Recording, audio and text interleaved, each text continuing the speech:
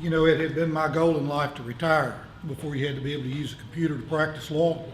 And obviously, since we're having a seminar on computers here at the State Bar, that didn't happen.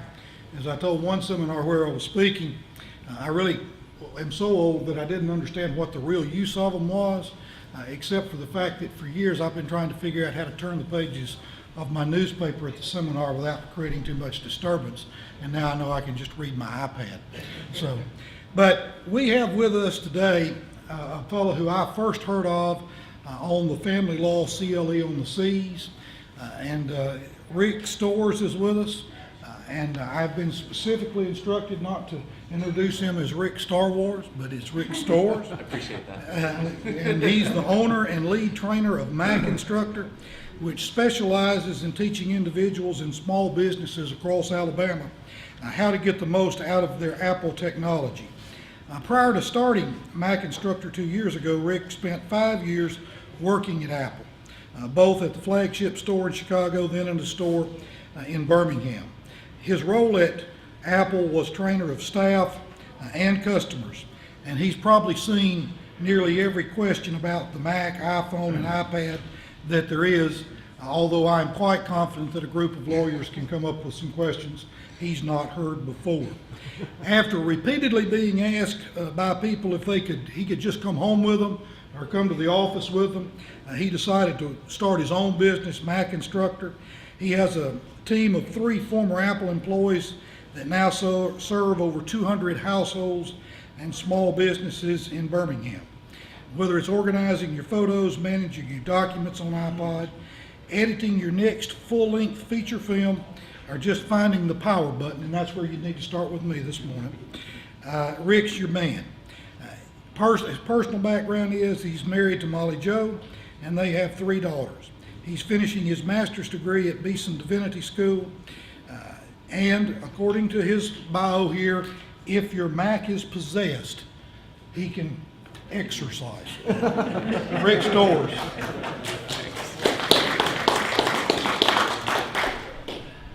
I think this one's possessed because it just went black. I know why. Okay. I hope I didn't. No, that was me. Thank you everyone for coming. How many of you came to last year's event where we did this? Or if maybe I've come to your firm or something like that. Okay, great. So my hope is to kind of review just a little bit of that, but really there's some new stuff that's come out in the last year that I'd love to show you guys. I'm just going to make sure right here that the iPad never goes to sleep while we're doing this. Okay.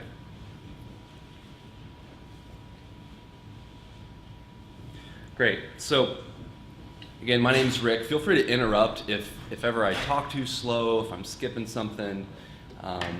Sometimes I think that I've said something when actually it didn't really come out of my mouth. So feel free to, remind me to repeat myself or something, and I will. Also, thanks to Freedom Court Reporting for inviting me here and sponsoring me down here. So thanks, Mike and Mickey. This is a lot of fun, and my family is very grateful. So thank you. So I'm really curious, how many people here are coming here because they actually don't have an iPad and they want to learn more about it? Like, you kind of want to be convinced. Okay, sometimes that happens. How many of you have an iPad? Okay, great. How many of you have installed more than 10 apps? All right, keep your hands raised. How many of you have installed more than about 50 apps? Okay, all right. Can you all hear me okay? Okay, great, perfect. Good, so it sounds like you guys are using it. I won't make a whole lot of assumptions in terms of what you're using it for, but we are gonna kind of get started and jump in here. If you want to, there's several things I'm gonna ask you to write down. One of those is this website, theipadinstructor.com. If you go to theipadinstructor.com, that's a domain that I have, actually per Mike's suggestion. And if you go there, that'll direct you straight to my page where it lists all the apps that I'm going to talk about today. So that way you don't hopefully you don't feel like you have to write down every single app, because it's going to be listed on this website and it's going to be described on this website. I don't have the prices written down just because prices fluctuate all the time, as I'm sure you've noticed. So the goal today is I want to help you guys use this as a productivity tool, not just as an e-reader or a toy, which certainly that's a huge reason why people buy them. And I do a lot of reading on mine. But today it's specifically going to be geared towards a productivity tool. Now, if you do need to start from the absolute basics, the best place to go is Apple's iBook store. So you go to the iBook store, it's the app that looks like that book, and do a search for the iPad user guide. That's a free user guide that's made by Apple. You can go ahead and download that, and that literally describes to you all the buttons on the iPad. Every single app that comes built into the iPad is described in great detail in this user guide. And it's kept up to date too, which I like. So here's what we're going to do today. We're going to start off by talking about something that is very, very important, but also very, very boring, and that's security. But a lot of you guys, even yesterday in the other room over there, came up to me and asked me, well, how secure are these things? So we're going to start off there, because I really want to address that right off the bat. Then there's a couple law apps that we're going to discuss, TrialPad and TranscriptPad, that will hopefully help you guys in your practice specifically. Then we're going to talk about Dropbox, and then we're going to jump into some productivity stuff. Does that sound okay? All right, great. Now before we jump in, I've got a little video I'd like to show you. It's a different one than last year. But again, it's European. And you won't be able to hear the sound. But basically he's pointing, his wife is doing things with paper, and he keeps shoving the iPad in her face.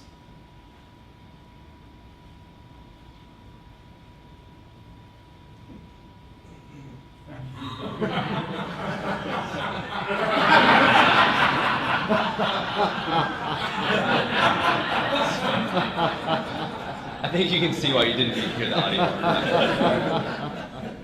So what I love about this video is that it reinforces that there's a lot of weirdos out there who try to tell you that you can do the iPad for absolutely everything. And there's a time for these devices, and there's a time when really they should just be kept in the briefcase or something like that. And I think a really good example of that is, for me as a consultant, if I'm sitting down with someone and they've never used an iPad before, maybe we're having a planning meeting, or I don't know, maybe it's like a round table discussion. Like, I don't want to be the one guy with the iPad in there who's making notes. Because they don't know they're not familiar with the product, so they don't know if I'm texting on it, they don't know if I'm playing a game or, whatever. So in those kinds of situations, I actually like to use just a legal pad, and just jot some notes down. So today, though, we're going to focus on the good things that you can do with an iPad. And first of all, I want to talk about security. So there's 3 major security things we're going to talk about today. And each one of these are something that I think that each one of us in this room needs to employ immediately. The first one is a passcode lock for your device. The second one is using Find My iPhone or Find My iPad. And then the third one is something relatively new called two-step authentication. So first of all, I'm going to show you the passcode lock. Some of you may already have this enabled, but for those of you who don't, this is how you do it.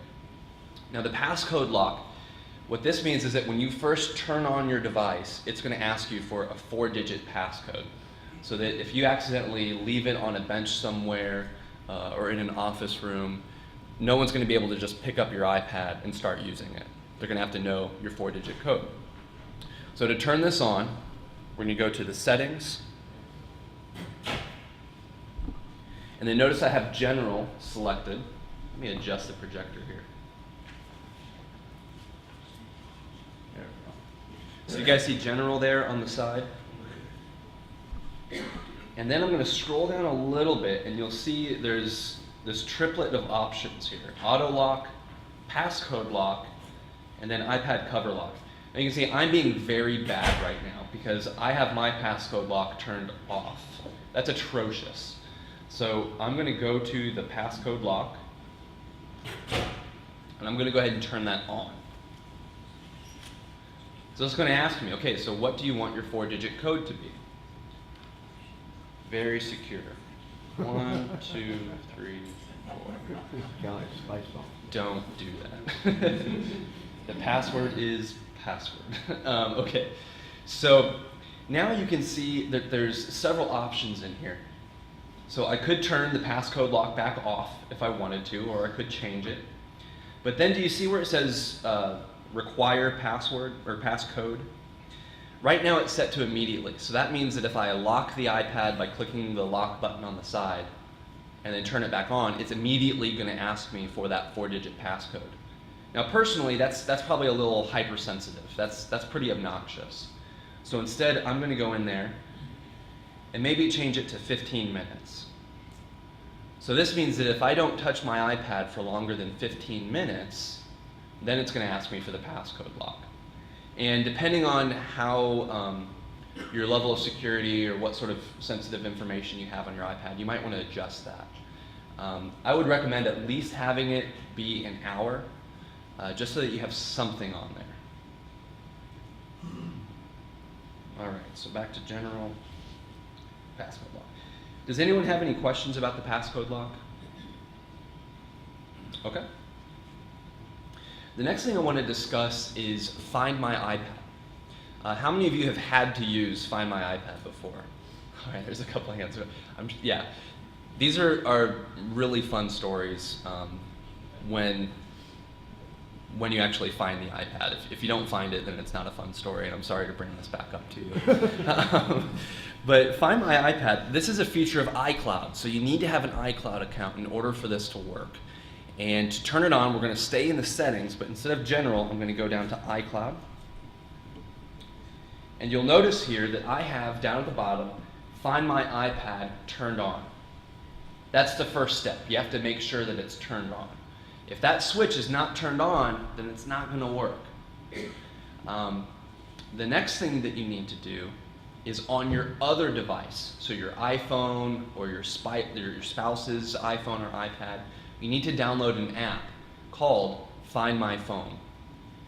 So the two things, you turn it on your device, on all of your devices, and then you download and install this app, Find My iPhone. Now the way that this works, do you guys want me to demonstrate this? I can if you want. I'll describe it, and if enough hands go up, I'll demonstrate it. But what this means is that if I lose my device, I can find it on a map and track it down. And then once I get in the vicinity of the iPhone, I can send an alert sound to it. And so then I can hear it go off. So it's pretty cool. So I'll go ahead and demonstrate that, because I saw a couple heads nodding. So I'm going to misplace my iPhone, but keep in mind this works with the iPad as well. So I'm going to leave. So I don't know where my iPhone is, and in fact my iPhone's on silent right now. The volume's turned all the way off. So I'm going to go to the Find My iPhone app. Now it's going to ask me to sign in. Now the reason why it has a sign-in code here is because it's built for other people. It's not built for you personally, so that if Mickey lost her iPad, I could hand this iPad to her so that she could sign in and find her device. Does that make sense? In fact, you had that happen just day before yesterday. Right, we did this yesterday with Judge Jimmy. No names will be mentioned, Oh, but I'm Nick and I sorry. have been down here for the judges convention, and we had one stray iPad showed up on our exhibit table, who I still don't know who that belongs to, but I don't have it. And then we had another one that actually misplaced his or her iPhone the other night, and we got to Rick to try to relocate that, but I don't think he had it. Oh, they'd already. Yeah, If that happens, don't call your carrier and have it turned off. Yeah, good point. So after I signed in, it pulled up a map, and it's showing me that everything is here right by the Gulf of Mexico. So I can zoom in on the map and see 3 devices here. Now I'm kind of a geek, so I've got an iPad, an iPhone, and my laptop here. But notice it's showing me where all of them are. So the one that I'm after is the iPhone. So I'm going to tap on that. Do you see how there's it might be hard for you guys in the back to see, but there's a green button to the left of the name of my iPhone? That will provide driving directions to the device. But now I'm just going to tap the I. And so now it's giving me a couple options. I can play a sound on my iPhone, which I'll go ahead and do that. That wasn't me. That wasn't it. I'll go ahead and, it's a different sound, I promise. So I'm going to hit play sound. So remember how I said the phone is silenced? So it overrides the silencer switch. All right. That sounds like a unique tone. Is that something you choose? That's the sonar sound. Yeah. You can set that as your normal ringtone, but that's pretty high pitched. But yeah, that's the sonar sound, so it's super high pitched, so hopefully you can even hear it from the other room. I do this all the time when I leave my phone in the couch or something like that. Is that a default sound, Rick? I'm sorry? So what happens when the battery is dead?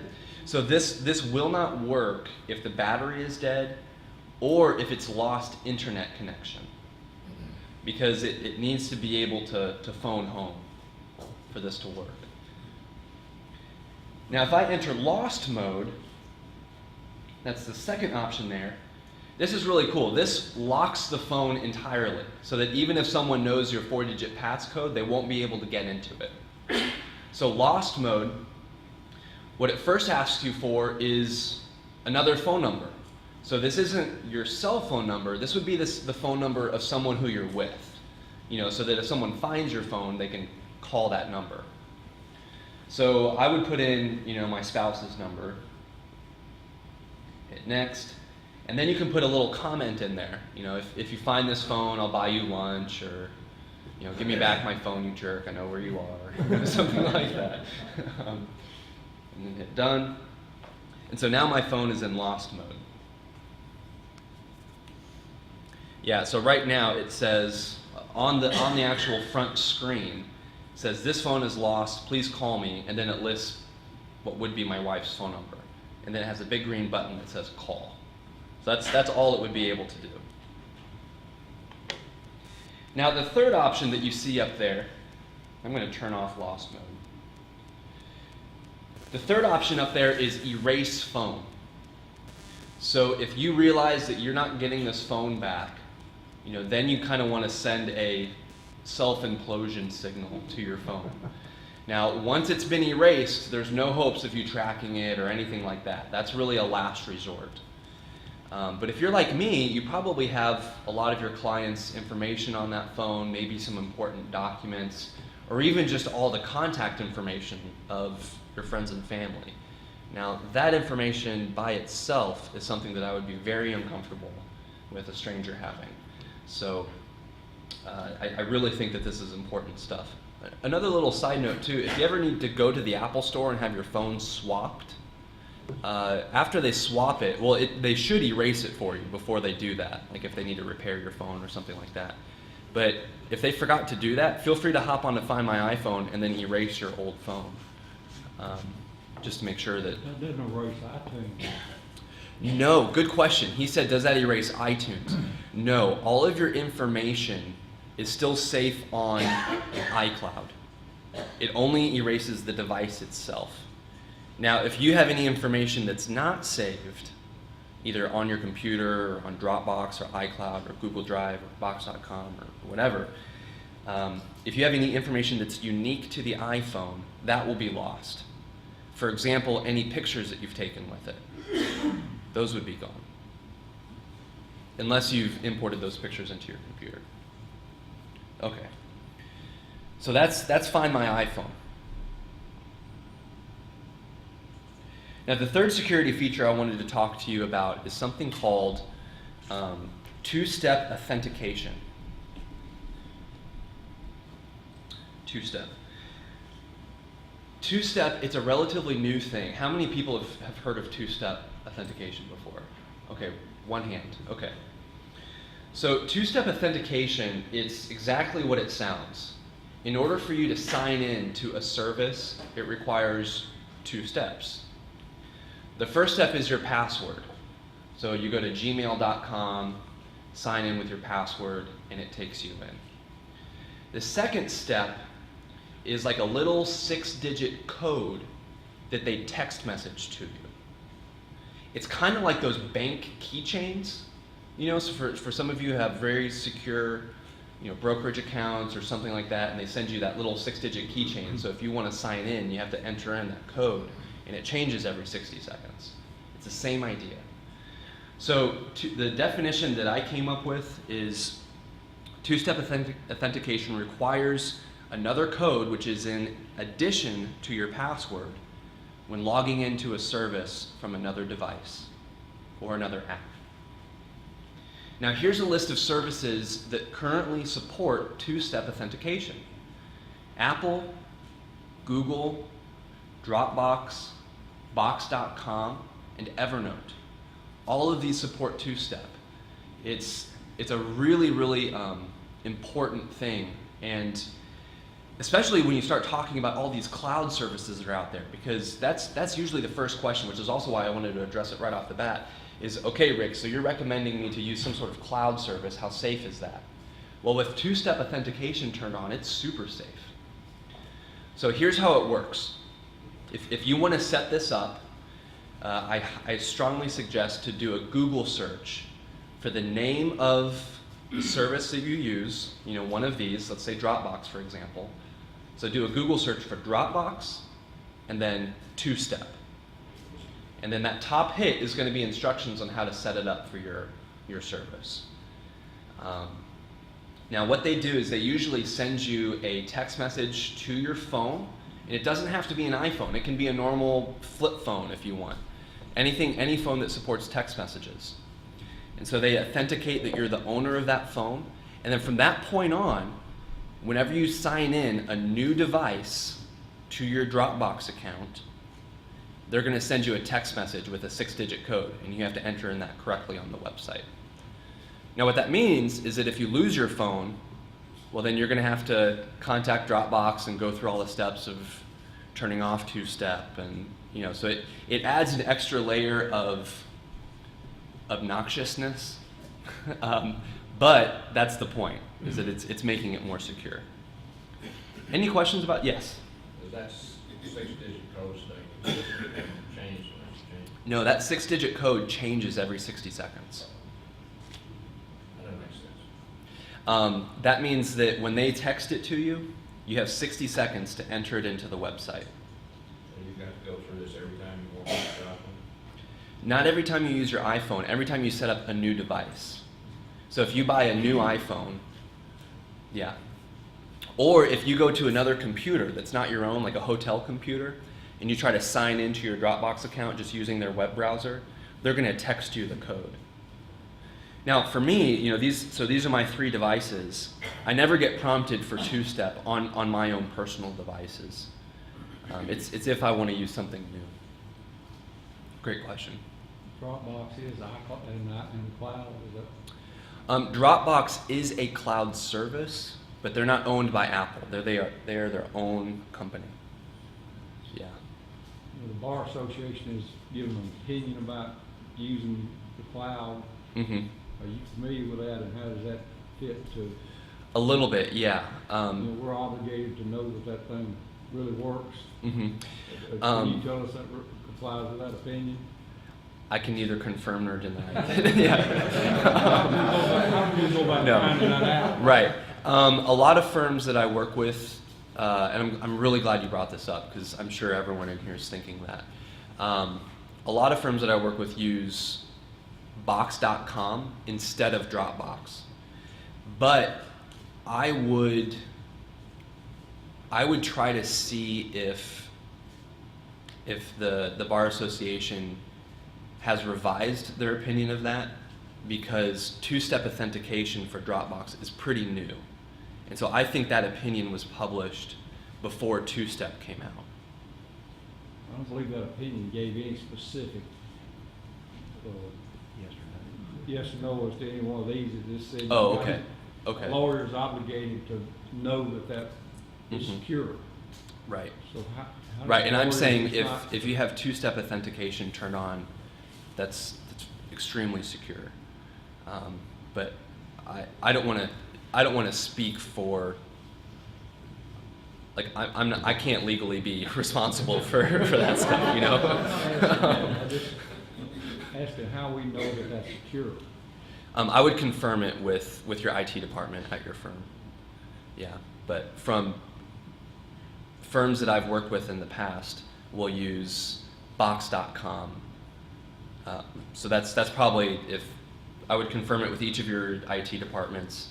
But I also know some attorneys who use Dropbox, and they're perfectly comfortable with that. So I think it's really, I don't think there's like an official statement on it, but yes. Does anyone here have a site to that ruling or know anything? Mhm. If you go to my webpage, www.urbanherd.com, I have a presentation on there about a paperless office, and it sets out the whole opinion. Mm. It's www.urbanherd.com. I think I read that. Yeah. Was that, you wrote that? Yeah, Okay. on a Yeah. paperless office. That's great. That's great. We'll talk about that. But this, www.irby, IRBY, and herd, HEARD.com, and in there it's got a link to that, to my presentation I give, and in that it's got the opinion set out entirely. Hmm. Cool. Thank you for that. Doesn't the opinion say that cloud-based computing is ethical and okay as long as it's reasonably secure? That's right. So what this is making it even more secure. Well, I'm not, Two-step I'm just not enough of a technical guy to know that. I just, Right. if somebody, I would hope somebody from the bar would be here that would understand that better. You and I are from the bar. Well, I mean, it would work for the bar. Toes off. Yeah, so Toby's off, that's what I'm saying. I'm just I believe it's reasonably secure, but obviously it'd be really fun to set up a panel and have a debate about that, I guess. So let's continue. Okay, so there's a couple apps for law that I want to touch on. Gosh, this could be a 2-hour presentation, couldn't it? Did you guys like those flames that popped up? I need to try to spice this stuff up, so put some flames in there. So the two that I want to chat about today are TrialPad and TranscriptPad. TrialPad is it's legal presentation software and evidence management, and then TranscriptPad. This is a very sophisticated transcript review software. So those are the two that we're going to hit on today. Now, TrialPad, this is specifically for presenting evidence in court. And I have to turn it on because it's very super secret, and you have to jump through all these hoops so that you guys can see what I'm seeing. So here's the TrialPad. It's way more than just a PowerPoint or a Keynote replacement. Instead, it's designed with attorneys in mind so that you can very quickly just throw documents into it. You can mark them up and highlight them. And then when you're in court, you present to the courtroom the pieces of the evidence that you want them to see. And you can hide other pieces of it very easily. So the key is that it's easy to hide things and make some things private and then present other things. So right now, it's in what's called war room mode, which means that you guys see everything that I see on my iPad. So I'm going to do this in 2 stages. The first stage is I'm going to show you what it would look like as a presenter to show a document in court. Then what I'm going to do is I'm going to turn off war room mode and pretend that you are the courtroom, so that you can, and then I'm going to repeat that process so that you all see what it looks like from your perspective. Does that sound okay? All right, so I'm going to go into this sample, and I hit the wrong button. I'm going to go into this sample court here, or the case. Actually, I need to back up because a lot of you are probably thinking, well, how'd you get your files in there? So let's talk about that. This app, it can directly import things from Dropbox. There's a Dropbox import button. Also, if you plug your iPad directly into your computer using your charging cable, you can use iTunes to transfer files into TrialPad. So that's really helpful if there's big like video files or just super large photo things. So those are the two ways to get things into TrialPad. iTunes and Dropbox, yes. Is iTunes just a conduit, or do they keep copies of what goes? It's just a conduit, yeah. Good question. Yes. This program lacks the ability to import documents itself, like Dropbox could. No, it can. You mean through that, like if someone emails you a document? Well, in whatever way Dropbox can import Dropbox, upload to Dropbox, this can't do quite the same. Well, this, I see. No, because this program only resides on the iPad. It has no cloud component to it. Now, it would let you browse your Dropbox without leaving the app. So then you can select the file that you want, and you can actually tag a bunch of them, and then they would all import into your case. The other thing is if someone emails you a file, or if you're looking at it in any other app, you can hit the share button, and one of those share options, like if you've ever come across the open in dialog, one of the share options is TrialPad. And so you would select that, and then the file would just zip over to it. I can show you that later if you'd like.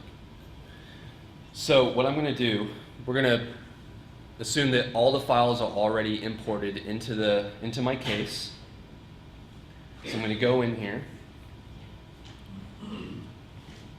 So you can see my file browser on the left, which I use to find this chest and shoulder document. And then what the courtroom would be seeing is that black letterboxed area right there. Now I can put 2 fingers on it and zoom in. Also, I have several tools for highlighting, calling out certain sections of this, and annotating it. So for example, if I want to do a call out, I'm going to use one of those buttons along the top. There we go, call out, now it's highlighted in blue. And I just want to call out this shoulder right here. So now that would be bigger. I'm going to zoom out. Another thing I could do is highlight an area.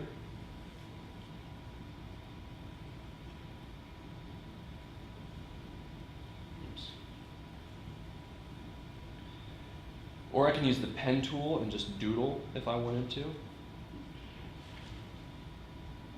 And keep in mind, the courtroom is only able to see that letterboxed rectangular area. Now, could you save those like an animation in? I can't save them as an animation, but I could save them as like a flat PDF. Yeah. Now, if that's your goal, yeah, if that's your goal to mark up a PDF, there's another app I'll show you in a minute.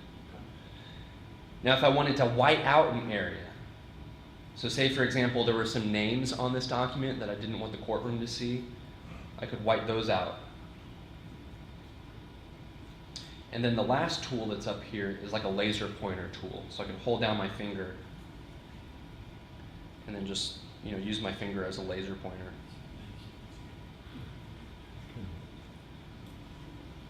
Can I ask a question? Please. Or maybe anybody in here, how does this compare to trial director? Trial director? Do the same thing? Good question. I'm not as familiar with that. It's not quite as robust.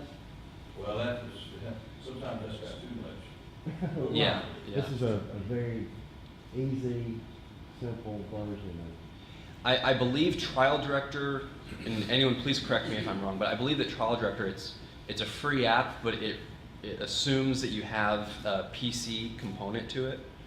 But it is PC based and Yeah. Yeah, this software, TrialPad, is built so that you can do 100% of your job on the iPad itself, which I think is pretty compelling. So it replaces quite a bit. Yes. Is this supposed to transmit to a projector or something in the courtroom wirelessly, or do you have to plug up the iPad? because you know Right. many courtrooms in this state Uh-huh. have essentially no Wi-Fi to speak. Right. You couldn't trust the anyway. So how do you get this? Right. I'm really, yeah. So he asked, how is it that how are you expected to present this in court? This accessory right here is a iPad to VGA adapter. Now I've got the iPad mini, so it's got that new little funky connector on it, but you can get the same thing for the wider 30-pin one that most iPads have. But that way you would just be able to plug directly into the projector that way, so you wouldn't do it wirelessly. Yeah, and I'm plugging into my computer and then routing the computer to the screen, so I'm doing it wired as well. Can I add to that, Red? Yeah, please. You can also create your own wireless network here in a courtroom that doesn't have internet by way of mobile use. In fact, we demoed that on this cruise ship that Rocky was talking about, which you couldn't use their wireless there on the ship. But we created a network in the conference room that actually transmitted that signal from the iPad to the projector and onto the screen. Yeah, if you're interested in doing this wirelessly, I would suggest two things. One, do what Mike said and set up your own private wireless network there, using like one of those Verizon MiFis or something like that. The second component that you would need is an Apple TV. I'm not talking about a television set. An Apple TV is a little black box. They're $100, and they allow you to wirelessly stream from your iPad to it.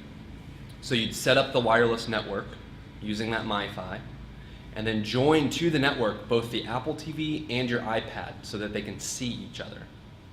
And then you'd be able to connect the iPad or the Apple TV to a projector so that you could roam around the room and wirelessly present to the screen.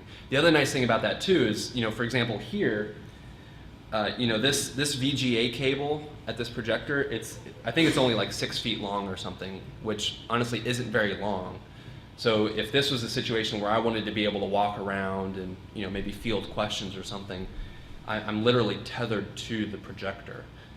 But if I had a wireless setup, then I'd be free to roam. Could you not Bluetooth? You can't Bluetooth a video stream like that. Yeah, good question. All right, let's come back to this. So I showed you how you can zoom in and out. The next thing too, let's say I want to go to that head and neck document. So I'm going to, essentially I'd want to freeze what I was able to show the courtroom, and I don't want the courtroom to see me navigating to the other document, because they might see something that I don't want them to see yet. So I'm going to go to the head and neck, and then I'm going to zoom in on that. And then I would want the courtroom to see this. So then I would unfreeze it. All right, so now you've seen me prepare it. So now you know how it would work as a presenter. So now I'm going to turn off war room mode, and then you guys will see me do this from the perspective of the courtroom. All right. So I have three options of what I can show you. One is blank, which that's what you're seeing now, or I could freeze it, or I could be in presenter mode. Now I'm going to zoom in on my PDF and I'm going to hit present. So now you can see I've already zoomed in on this. And as I adjust it, it adjusts on the screen. Now I'm going to go ahead and call out that shoulder area. So then you can see that. Notice you're not seeing the file browser on the side. You're not seeing any of the interface. You're just seeing the presentation. I could also highlight a section. I can do a pen tool. I could white out a part. And I can do the laser pointer. Now I'm going to freeze this. So I punch the freeze button. And now I'm navigating to the head and neck area. And if I wanted to, I'm going to give I'm giving my skull a mohawk, which you guys can't see because it's very inappropriate. Okay, so now I'm going to unfreeze it. And now you can see my skull with a mohawk. Whoops. Sorry, I rotated it. It ruined my deal. So you guys get the point. It's really helpful for hiding parts of your presentation and then jumping from one document to another. So that's TrialPad.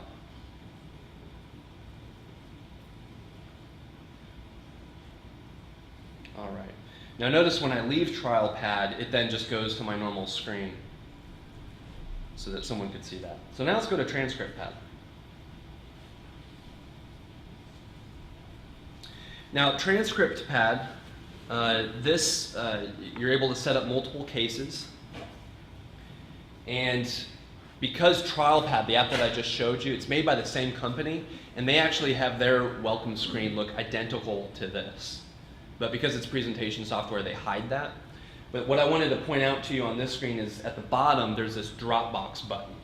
And so I could tap on the Dropbox button, and then it's going to show my Dropbox. So this is where you would go to import all of those files. But for now, I'm just going to go into this case because I want to show you guys how this works. So here I've got a transcript from a deposition or whatever. Now, let's say I wanted to mark certain parts of this. Like I want to underline it and call some parts out. So I'm going to do this, I'm going to call this line from 12 to 16. Issue codes, that's what I was looking for. And I want to put an issue code on here called damages. Great. Can I ask a question? Yes. When you imported this, was it just a PDF? This was a text file. Text file? Yeah, a file that ends in .txt. Mm-hmm. And the four before Yeah, that's what you get. No anyway. problem. Right. Yeah. That's right. Yeah. So I've done that part as damages. I'm going to scroll down here,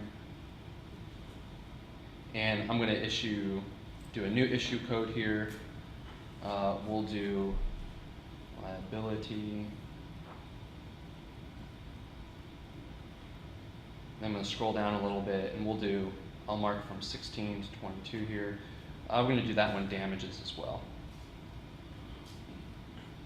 All right, so you can see along the side how those issue codes now appear, and I can hit the triangle to display where those issue codes exist. Other nice things is if I want the iPad just to scroll naturally, this transcript, down at the bottom I have a play button. And so it's just naturally scrolling through here. And I can adjust the speed of this, so if I'm a fast reader, I can have it move through it pretty quickly. I'm not that fast of a reader. That's speed reading. Now here's what I really like about this, is that it will generate the report for you. Down in the bottom left, there's this little share button. And I'm going to have it generate a detailed PDF report.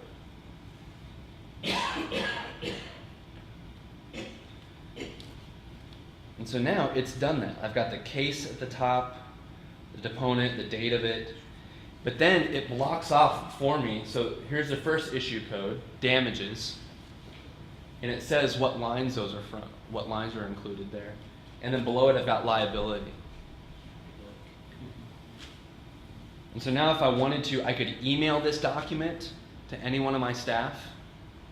I could print it directly if I have an iPad compatible printer nearby. Or I could upload it to Dropbox. So this is a really quick way to mark up your transcripts and then share it out. You know, especially if you're on the plane or a train somewhere, you need to be able to do it mobily. This is an excellent way to do that. All right? Is Yes. there a PC-based version of the same thing? I don't know. Really good. That's what I hear. Like, I hear more people get excited about this than TrialPad, honestly. More You lawyers mean- take depositions than they do try cases. Yeah.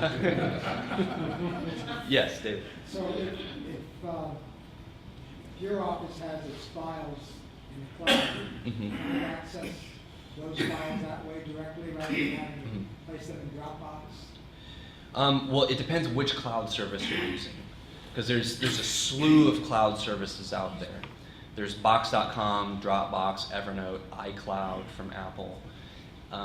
So if your cloud service has an iPad app, and you can view that file from your iPad, then you're able to share it out to TranscriptPad.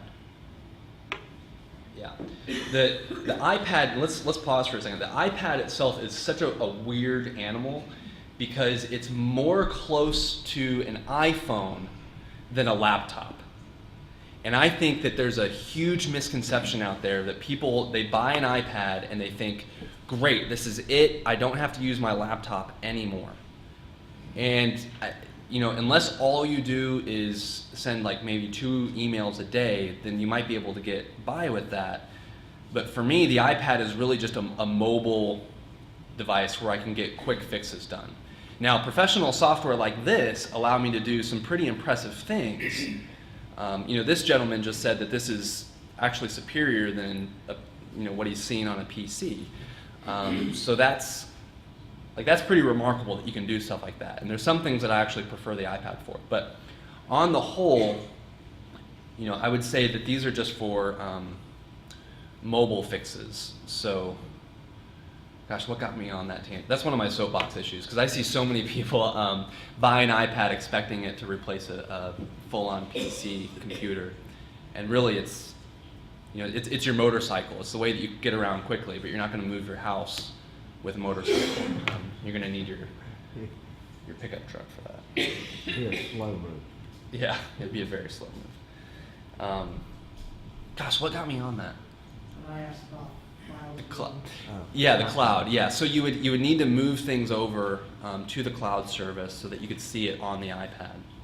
And you can see here those apps along the top. Those are different cloud services: Dropbox, Box, Google Drive, and Evernote. Does anyone in here use Google Drive? Okay. So anyway, if you're able to look at your files in there, then you'd be able to bounce it over Do to you have TranscriptPad. those loaded just for illustration, or do you use them all? I just have them loaded, honestly, for illustration. What do you Dropbox? I use Dropbox primarily. Everything I've ever written is in Dropbox. Box, though, like I said, a lot of firms use Box because several months ago there was a statement that they were the most secure one. But like I said, I think that was before Two-Step came out. What is Google Drive? Google Drive is, obviously it's from Google, but it's kind of their entry into the cloud-based services. The big benefit to Google Drive is that you can create word processor files, spreadsheet files, presentation files, and store them on Google Drive. And then you can invite other people to collaborate on those documents simultaneously. So that, for example, 2 people can be looking at a spreadsheet on their 2 computers and be making changes at the same time. And everybody's seeing the change as it's happening. Yeah, everyone sees the changes as they're happening. Along the sidebar, there's like a little chat area. So if you want to have a discussion about the document, you can chat about it there. It's pretty neat. Is it secure? I don't know about their security. I mean, if I did this, what's good is that they do offer Two-Step. So they sort of check the box off there. But I don't know in terms of encryption and things like that what they offer. I know that Dropbox and and Box, those are both encrypted services. The last one is Evernote. And if we had more time, we could talk about Evernote for lawyers. But that's mainly, that doesn't offer any sort of file system. It's just storing notes in it that you've either handwritten or typed out, things like that. All right.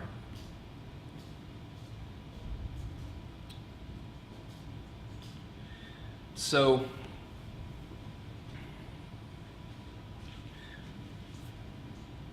we've talked about those 2 big guys. I'm gonna skip talking about Dropbox because I feel like we've really, it's come up a lot. The only thing I will say about Dropbox though is that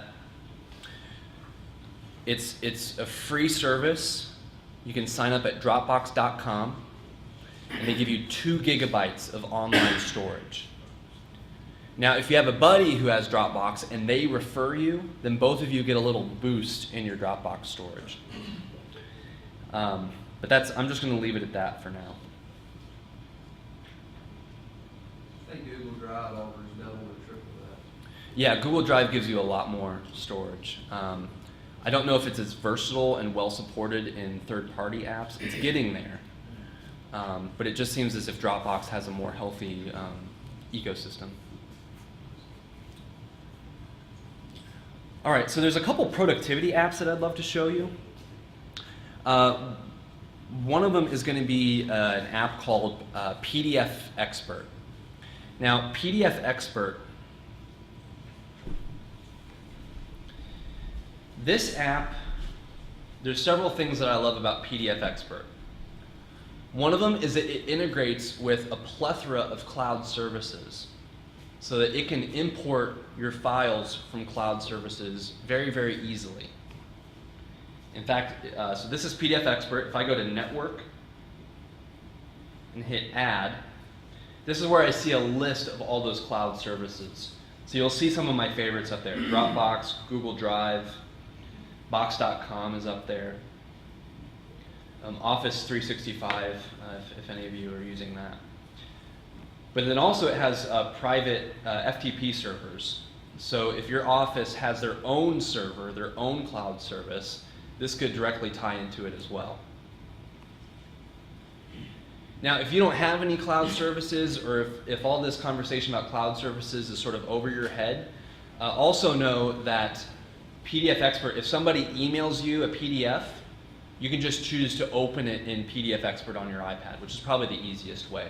Yes? Say you've got all your documents and exhibits on a document management system like FileSite, we use FileSite or slash Interwoven, I call it Interwoven. Mm-hmm. It's not cloud-based, as far as I know, it's server-based, it's Right. somewhere. Mm-hmm. We don't have cloud service in our firm that I know of, so is there anything out there for the iPad that can skip the step of going from your document management database to some cloud system like Dropbox, then to the iPad? Is there any Right. way to short That's up to your IT department. I mean, if their document management service, so it sounds like it's just like a custom or like a proprietary in-house document service. I would work with them and tell them, you know, I need a quick way to access my files on my iPad. What do you suggest? Some of them might be able to create a way for you to sort of tunnel in remotely to that server. You have Citrix, but it's not cloud-based. Well, and that's more like screen sharing, isn't it? Yeah. So what I mean is being able to tunnel in and actually view the folders. Like a VPN? Yeah, like a VPN, just directly using an app like this. Because yeah, it's totally up to them. Because otherwise, the quickest way would just be to email it to yourself, which that's pretty bogus. You know, like no one likes to do that. I wish I had a better answer, but it's totally up to the department. So, assuming that you have the file already on your iPad, what I want to show you is how to edit these PDF files. So here I'm pulling up a W-9 form. So this is just a simple government form, and I'm going to fill this out on the iPad, I'm going to sign it, and then I'm going to share it out.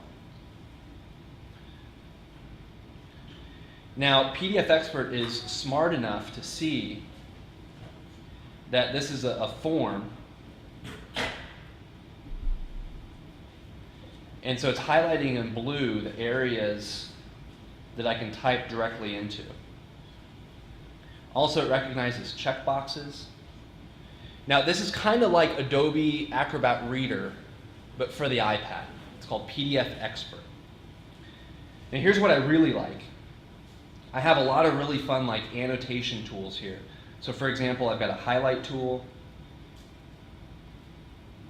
I have an underline tool. Strike through, I can put comments on here, all that sort of stuff. Whoop, I just highlighted the whole thing. Now what I really like is the signature tool. So let's say you've loaded up some documents onto your iPad and you need a client to sign it for you. So what I'm going to do is hold my finger down on where the signature goes and tap signature. And then I'm going to tap customer signature.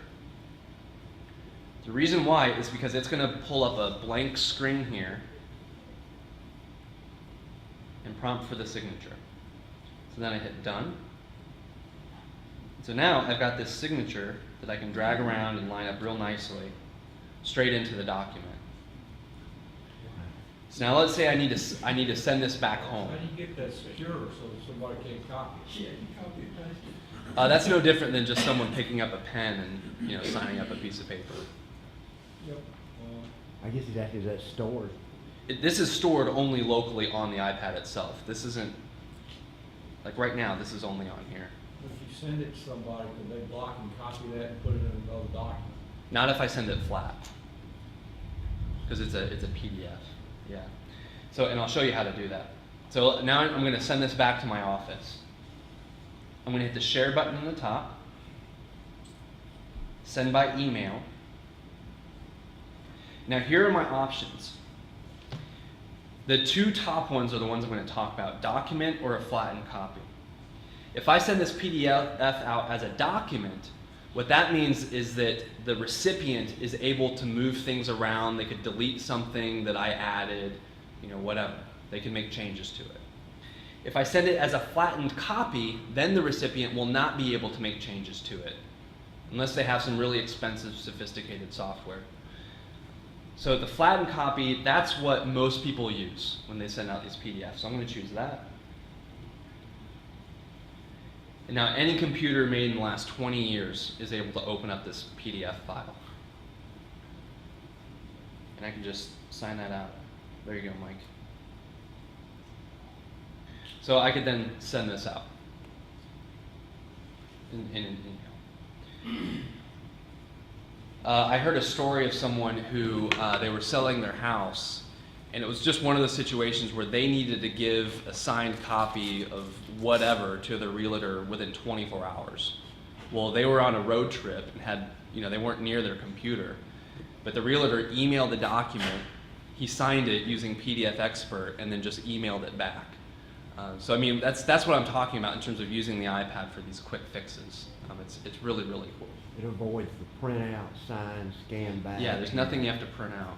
And this is one of those, this is super obnoxious to do on a PC, because you can't really sign the screen of your computer. You have to print the thing out, you have to sign it, then you have to run over to the scanner, scan it, then you have to go back to your computer, find the file, try to figure out where did this thing just get saved to, and then attach it to an email. So this is just one of those examples that I love of being able to do it so much more quickly on the iPad itself. One last thing. I'm going to talk about this app called Scanner Pro. We only have an hour, right? Right. Womp womp. So, 7 minutes. I'm sorry, but how is it different when it's your signature? oh, good question. Yeah, because you're talking about how you saw my signature versus, the customer signature. The my signature, the first time you do it, it asks for your signature in a very similar way. But from that point on, it just saves it. So then you're just essentially stamping it in there, and you don't have to muck around with, making sure your signature looks good and all that. Yeah, great question. So this app is called Scanner Pro. It's one of my favorites, and it's perfect for scanning a document and then saving it as a PDF. So I just found this laying around, so I'm going to use that.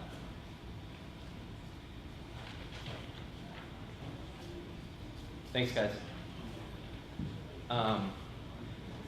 All right, so here I've got this file.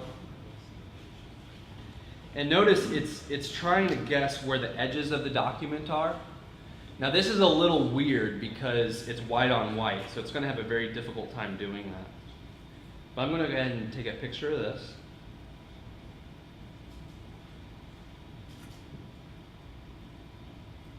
And I'm going to adjust the corners of this. See how I'm lining up those corners? Great. All right, hit done. And then I've got these, what I call thumb controls, where I can adjust the brightness and the contrast of it. I could change this to be from a grayscale to just a black and white or a color document.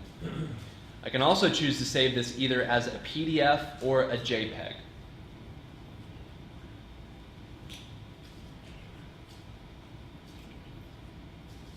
There we go. So it's been saved. Now, let's say I needed to sign this. There's a share button in the upper right-hand corner. And I'm going to choose Open In. We're going to do a PDF. And so now what this is doing is it's presenting all the apps on my iPad that can receive PDF files. Notice TrialPad is in there, TranscriptPad is in there, Dropbox is in there if I need to upload it directly to Dropbox. But what I'm after is PDF Expert because I want to be able to sign this page.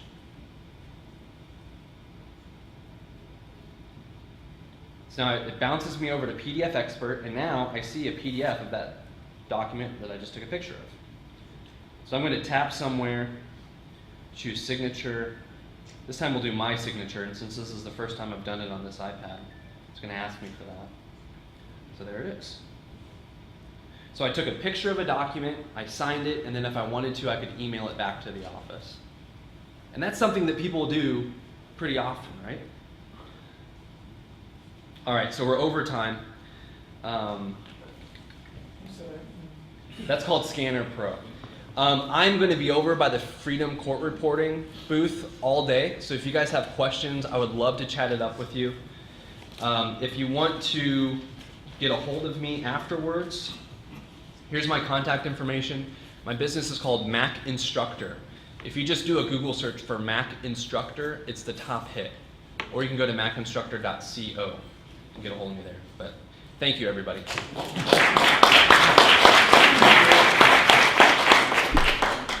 Thank you.